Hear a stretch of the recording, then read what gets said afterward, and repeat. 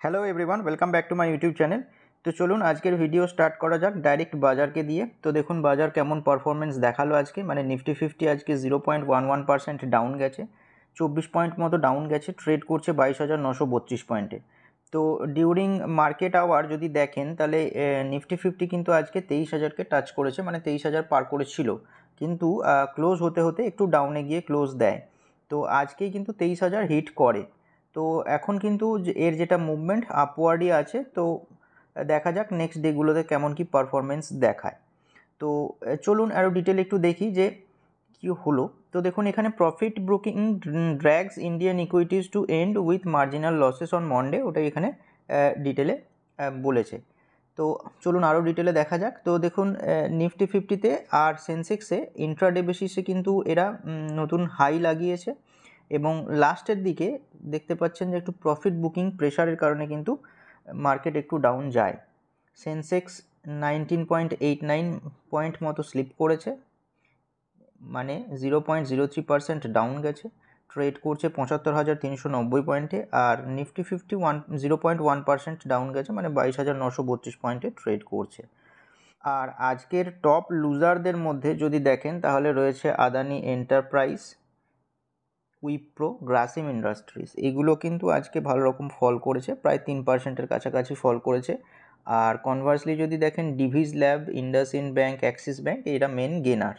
তো ওভারঅল আজকে যদি সেক্টর ওয়াইজ দেখেন পারফরমেন্স কেমন ছিল, 50-50 বলতে পারেন। মানে পিএসইউ ব্যাঙ্ক ভালো পারফরমেন্স করেছে, তার সঙ্গে construction, bank Nifty, financial Nifty, private bank, Nifty finance, IT, Nifty health care মোটামুটি নিউট্রালে গিয়ে ক্লোজ দিয়েছে।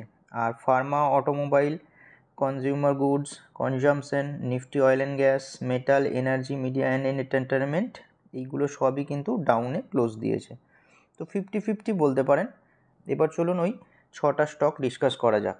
আজকের যে প্রথম স্টক সেটা হলো জেএসডব্লিউ এনার্জি লিমিটেড। দেখতেই পাচ্ছেন স্টকটা আজকে 3.40% বেড়েছে, 20 টাকা 45 পয়সা মতো বেড়েছে, ট্রেড করছে 621 টাকা 10 পয়সাতে।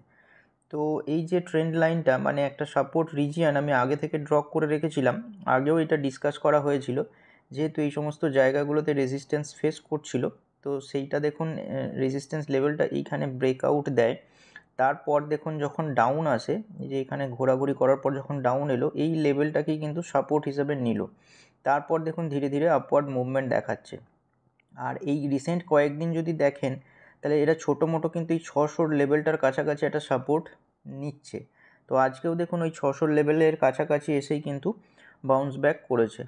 তো যেহেতু এনার্জি রিলেটেড স্টক, তো স্টকটার কিন্তু ডিমান্ড হাই আছে এবং ভালো পারফরমেন্সও দেখাচ্ছে। তো যে কারণে কিন্তু ভালো উপরের দিকে মুভমেন্ট হওয়ার সম্ভাবনা রয়েছে ভবিষ্যতে। তো স্টকটার উপর নজর রাখতে পারেন। তো দেখুন এই স্টকটার একটা নিউজ আসে যে এরা এমএসসিআই ইন্ডেক্সে কিন্তু ইন্ডিয়ান যে কোম্পানি বা স্টকগুলোর যে ইনফ্লো সেটা কিন্তু বেশি হচ্ছে। মানে রিসেন্টলি দেখা গেছে যে চায়নার যতটা ছিল সেইটার কিন্তু পার্সেন্টেজ হিসেবে যদি দেখা যায় ওয়েটেজটা, সেটা কিন্তু কমেছে, মানে 25% হয়েছে। আগে যেটা কিন্তু 25.4 ছিল, সেখানে ইন্ডিয়ার যে স্টকগুলোর ওয়েটেজ সেটা কিন্তু বেড়ে 19% হয়েছে, আগে যেটা 18.2% ছিল। তো কিছু স্টক এই এমএসসিআই ইন্ডেক্সে এন্টার করেছে। এমএসসিআইটা হচ্ছে গ্রোথ ইন্ডেক্স, মানে মর্গান স্ট্যানলি কর্পোরেশন ইন্টারন্যাশনাল, এটা একটা ইন্ডেক্স হিসাবে ট্রিট হয়, গ্রোথ ইন্ডেক্স হিসাবে। তো সেখানে ইন্ডিয়ার এই 13টা স্টক মিড ক্যাপ ইন্ডেক্সে ঢুকেছে, যার মধ্যে কিন্তু জেএসডব্লিউ এনার্জির নামও রয়েছে। তো যেটা কিন্তু স্টকটার জন্য ভালো খবর, যার ফলে এই স্টকে কিন্তু ইনফ্লো, মানে টাকা ভালো রকম ইনফ্লো হবে, যে কারণে কিন্তু স্টকের মুভমেন্ট উপরের দিকে হওয়ার সম্ভাবনা রয়েছে। তো স্টকটার উপর নজর রাখবেন। নেক্সট যে স্টক সেটা হচ্ছে ডিভিস ল্যাব। তো দেখতে পাচ্ছেন স্টকটা আজকে 3.22% বেড়েছে, 132 টাকা 85 পয়সা মতো বেড়েছে, ট্রেড করছে 4,255 টাকা 25 পয়সায়। তো আজকে দেখবেন স্টকটা কিন্তু আরও উপরে চলে যায়, অনেকটা পার্সেন্টেজই উপরে যায়, 4300 পার করে দিয়েছিল, তারপর কিন্তু একটু ডাউনে এসে ক্লোজ দেয়। তো এই স্টকটা কিন্তু অনেক দিন ধরে কিন্তু ডাউন ট্রেন্ডে ছিল। তো এই জায়গায় যদি দেখেন দেখতে পাবেন যে একটা ডাউন ট্রেন্ড মেনটেন করে কিন্তু নিচের দিকে আসছিল। তারপর এই যে ট্রেন্ডটার দেখবেন ব্রেকআউট হয় এই জায়গায়, তারপর কিন্তু ট্রেন্ডটা রিভার্স হয়। তো দেখতেই পাচ্ছেন যে ট্রেন্ড তারপরে কিন্তু আবার ধীরে ধীরে আপওয়ার্ডের দিকে এগোচ্ছে। তো এই যে ট্রেন্ড রিভার্স হওয়ার পর যে ভালো মুভমেন্ট দেখাচ্ছে, তারপর দেখবেন ব্রোকাররাও ভালো ভালো টার্গেট দেবে, এটাই নিয়ম। তো এই স্টকটার Q4 এর রেজাল্ট ছিল, তো Q4 এর রেজাল্ট কিন্তু ভালো হয়েছে। তো কেমন কি হয়েছে তো ডিটেলে দেখা যাক। তো এই যে 5.7% যেটা বেড়েছিল আজকে, সেটা কততে গিয়ে ঠেকেছিল 4359 টাকায়। আজকে কিন্তু বেড়ে গিয়েছিল, কিন্তু আলটিমেটলি পরে একটু নিচে এসে কিন্তু ক্লোজ দেয়। তো এর যেটা নেট প্রফিট সেটা দেখতে পাচ্ছেন ইয়ার অন ইয়ার বেসিসে কিন্তু 68% বেড়েছে, যেটা কিন্তু খুব ভালো। সেই কারণে দেখবেন যে মতিলাল ওসওয়াল ভালো রকম কল দিয়েছে, যে মতিলাল ওসওয়াল বলে এক্সপেক্ট করছে যে Divi's two gain market share and maintain profitability in active pharmaceutical ingredients portfolio, মানে এপিআই পোর্টফোলিওতে কিন্তু ডিভিস ভালো রকম মার্কেট শেয়ার গেন করতে চলেছে এবং প্রফিটেবিলিটি এরা মেনটেন করবে। আর আরেকজন ব্রোকার আছেন প্রভুদাস লীলাধর, তিনি কি বলেছেন দেখুন। তো তিনি দেখতে পাচ্ছেন যে গ্রস মার্জিনটা স্টেবিলাইজড রয়েছে এবং এটা ইমপ্রুভ করতে চলেছে on better product mix and stable raw material prices. এবার দেখুন প্রভুদাস লীলাধরের ক্ষেত্রে আরও একটা আসে যে টার্গেট যেটা, সেটা কিন্তু এটা বাড়ায়। দেখুন টার্গেট প্রাইস দিয়েছে 4350 এবং অ্যাকুমুলেট করার কথা বলেছে, অ্যাকুমুলেট ডিভিস ল্যাব। তো এটা তার রিসার্চ রিপোর্ট। তো রিসার্চ রিপোর্টে কি বলেছে একটু ডিটেলে দেখা যাক। তো দেখুন ইপিএস যেটা আছে সেইটা কিন্তু ইনক্রিজড হয়েছে 10% বেসিসে। তো যেটা কিন্তু এবিটটা সেটা কিন্তু 18%, যেটা কিন্তু অ্যাবভ আওয়ার এস্টিমেট, মানে এই যে প্রভুদাস লীলাধররা যে এস্টিমেট করেছিল তার থেকে কিন্তু বেশি। আর রেভিনিউ যদি দেখেন তাহলে 47% কিন্তু আপ হয়েছে ইয়ার অন ইয়ার বেসিসে, যেটা কিন্তু খুব ভালো। তো যে কারণে কিন্তু এই যে যেটা আগেও লেখা ছিল যে largely stabilised over last few quarters and likely to improve led by better product mix and stable raw material prices. তো এইটা কিন্তু উনি বলেছেন। তো আউটলুক ওনার কি প্রভুদাস লীলাধরের, তো দেখুন এক্সপেক্ট করছে যে 26% এবিটটা ক্যাগার, 27% প্যাট ক্যাগার, প্যাট মানে প্রফিট আফটার ট্যাক্স, এই ফিনান্সিয়াল ইয়ারের মধ্যে।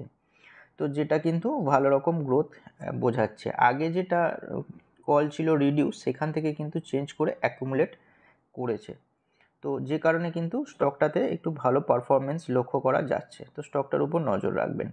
নেক্সট যে স্টক সেটা হচ্ছে পারসিস্টেন্স সিস্টেম। তো দেখুন পারসিস্টেন্স সিস্টেম আজকে 5.11% বেড়েছে, 181 টাকা 50 পয়সা মতো বেড়েছে, ট্রেড করছে 3736 টাকা 70 পয়সাতে। তো দেখুন যে স্টকটা এই জায়গাটাতে কিন্তু একবার রেজিস্ট্যান্স ফেস করেছিল কয়েকবার, তারপর ওই লাইনটা ব্রেকআউট দিয়ে কিন্তু ভালো রকম তেজি দেখায়। তো অনেকটা উপরে গিয়ে তারপর ঘোরাফেরা করে আবার দেখবেন এই জায়গাতে কিন্তু স্টকটার ব্রেকডাউন হয়। এটা কিন্তু স্প্লিট যখন হয় তারপরে স্টকটা ব্রেকডাউন দেয়। তো সেই ব্রেকডাউন দেওয়ার পর দেখুন একটা সুন্দর সুইং মেনটেন করে আবার কিন্তু এই লেভেলের কাছে চলে এসেছে। তো এই লেভেলটাতে কিন্তু একটু হালকা হলেও রেজিস্ট্যান্স ফেস করার মানে সম্ভাবনা রয়েছে, যেহেতু এখন মার্কেটে ভোলাটিলিটি বেশি রয়েছে। তো নজর রাখবেন, স্টকটা যদি এই লেভেলটাকে ব্রেকআউট দিতে পারে তাহলে কিন্তু শর্ট টার্ম বেসিসে 4000 অবধি যাওয়ার ক্ষমতা রাখে। আর যদি দেখেন যে ওই লেভেলে ধাক্কা খেয়ে আবার নিচে এলো, তো এটা লং টার্মের জন্য কিন্তু ধীরে ধীরে অ্যাকুমুলেট করতে পারেন। এই স্টকটার আজকে এত পার্সেন্টেজ গেনের পিছনে কিন্তু কোনো পার্টিকুলার নিউজ আমি পাইনি। নেক্সট যে স্টক সেটা হচ্ছে ইন্ডিয়ান রিনিউয়েবল এনার্জি বা আইরেডা। তো স্টকটা আজকে দেখুন 4.18% বেড়েছে, 7 টাকা 75 পয়সা মতো বেড়েছে, ট্রেড করছে 193 টাকা 30 পয়সায়। তো যে আমি লাইনটা ড্র করে রেখেছিলাম মোটামুটি 160 লেভেলে, সেইখান থেকেই দেখুন ধীরে ধীরে কিন্তু উপরের দিকে ভালো রকম মুভমেন্ট দেখাচ্ছে, 193 লেভেলের কাছাকাছি চলে এসছে। যদি 200 লেভেলটা ব্রেক করতে পারে তাহলে কিন্তু আবার ভালো রকম তেজি লক্ষ্য করা যাবে। তো এই স্টকটার উপরেও নজর রাখবেন। নেক্সট যে স্টক সেটা হচ্ছে কোচি শিপইয়ার্ড লিমিটেড। তো দেখুন স্টকটা আজকে 3.06% বেড়েছে, 58 টাকা 45 পয়সা মতো বেড়েছে, ট্রেড করছে 1971 টাকায়। তো দেখুন এই স্টকটা থামবার নামই নিচ্ছে না, সুন্দর রান আপ দিয়ে যাচ্ছে।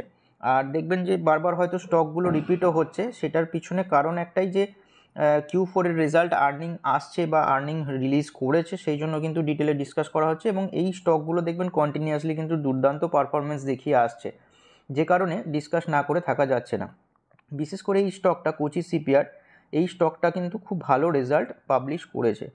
তো যে কারণে দেখবেন সুন্দর রান আপ দেখাচ্ছে।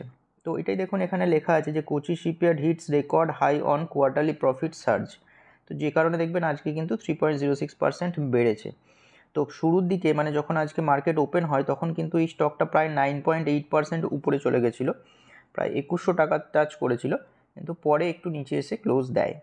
তো দেখুন এটার কেমন রেজাল্ট হয়েছে Q4 এর। তো দেখুন এর যেটা কনসলিডেটেড নেট প্রফিট এই মার্চ কোয়ার্টার এন্ডে সেটা দেখুন দাঁড়িয়েছে 2.59 বিলিয়ন রুপিস, যেটা কিনা 6 ফোল্ড জাম্প হয়েছে প্রফিটে, মানে বুঝতেই পারছেন দুর্দান্ত রেজাল্ট করেছে।